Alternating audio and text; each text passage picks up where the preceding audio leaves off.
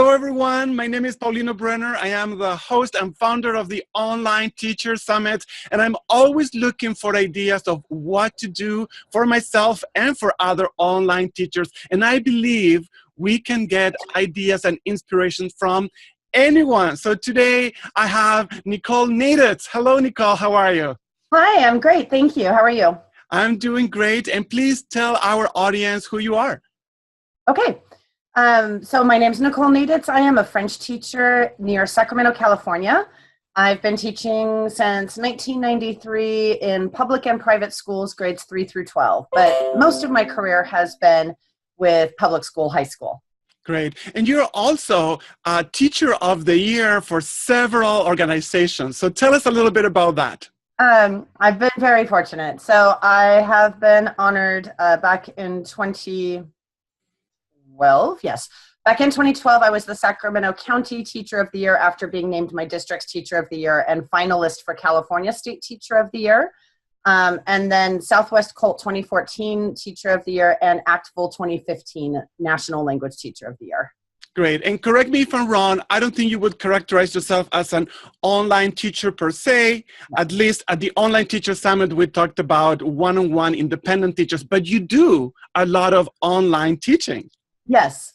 I provide a lot of resources and blended learning opportunities for my students, particularly so that if they aren't in class when I'm actually providing a lesson, they can access resources, assistance, and extra practice via a variety of tools. And we also do a lot of practice with other speakers of the language or interacting with authentic materials via online tools. Perfect. And that's why I wanted to talk to you about using authentic materials in the world language lessons. Let's take three great ways to use authentic materials in our lessons. What are your ideas?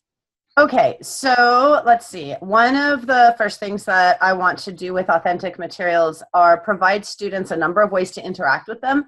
Initially, students can be a little bit anxious about any material, and in particular, when they receive authentic materials, they look at it and immediately they're going to see or perhaps hear words that they've never heard before and never seen before, and sometimes students get really anxious about that. So one of my big key points in terms of working with authentic materials is designing some preparatory activities that help prepare them for the content of the work they're about to engage in. Sometimes those involve activities where they haven't even seen the material yet, but they're doing question-answer activities that are on a topic that's related to what the document will be about, because that helps prepare the brain for that material. Sometimes I also want to do activities that give them a chance to make predictions, because research shows that predictions are incredibly important in building literacy. Then when it comes to actually reading or listening to the documents, I actually want to find ways to help them do what I like to say is things that good readers do naturally, but they do it inside and internally. And those students who struggle to read don't understand why it is that some students seem to be reading well and they're struggling. So I build in strategies with my work with the authentic materials that bring those good reader strategies out into the open. And those things are when readers make connections to other experiences they've had or other material they've read, when they stop and summarize, when they question what they're reading or hearing, or when they even just have an opinion.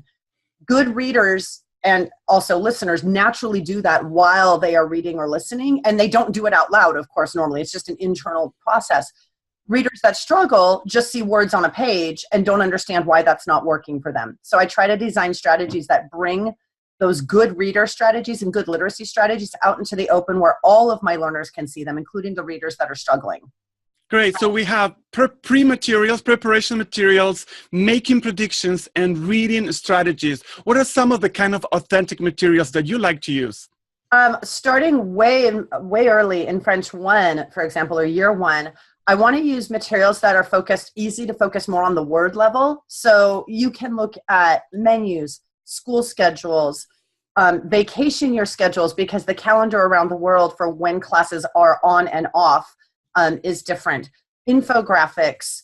Right now, we just looked at advertisements for homes for sale around the French-speaking world, and my French 1 students were using those to, they were actually illustrating the homes based on the descriptions. As we progress further, in their proficiency, I continue to use infographics all the way through. Infographics are one of the most powerful documents I've seen to be able to work with students so that they can really harness what they already understand, learn additional material along the way, because infographics are typically educational in nature in the fact that they're designed to provide information on a content area, and they provide a window into things that are important to various cultures. So I do use those all throughout the high school program. And I actually also love using music, really love using music. Short films, literature, news broadcasts, I pretty much run the gamut. And how do you go about by selecting, or what sources do you use to get those materials? Do you spend all day looking at pictures and music, or what do you do? Sometimes, yes, but we try not to have that to be the main approach because it's not really efficient or something that most of us teachers have time to do. I will say one thing I have started doing in the past couple of years for two things. For infographics, make sure you're typing in your language the theme that your students are going to be working with. So for example, if you want to find infographics about balanced diet, make sure you type nutrition in your target language and then type the word for infographic in your target language and then click on images. And you will get a plethora of infographics that from which you can choose. So one of the keys is to search in the language and search thematically and use the word for infographic, for example. The other thing I just started doing in the last year and a half or so that's been working really well for me is I've been using my knowledge of the French school system in particular, and I need to expand my knowledge to include what are the grades and structures like in other places in the French-speaking world. But I can do this for Belgium, France, and a bit for Canada as well. I actually figure out when would a French child be learning about this topic in their own natural schooling. Do I think it's a second grade topic? Do I think it's a fifth grade topic? And I just make a guess initially. And I type that grade level in the French way, the way the French call that year of school, along with the theme. And sure enough, I get a bunch of authentic materials. Even if I'm wrong about the grade, the results from Google will pop up with the right grade. And I get a bunch of materials that were actually designed for native French speakers, albeit children, and they're designed to be approachable and usable because they're designed to instruct on that topic. So I have used that for teaching the geography of France. I've used it for nutrition.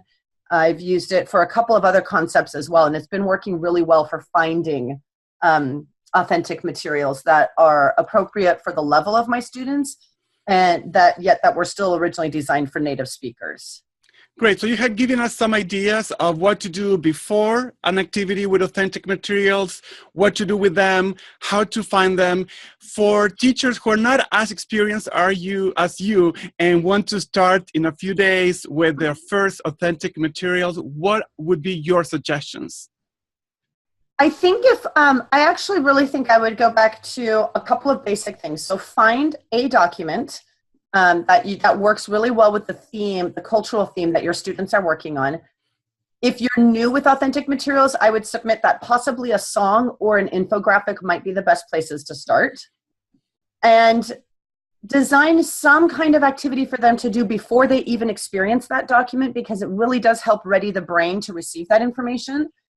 And make sure there's a process for them while they go through the document. But as far as the tasks, the one caution we would have, because people do get anxious about the fact that the materials contain words the students probably don't know, or even language structures with which they aren't familiar, you don't have to change the document.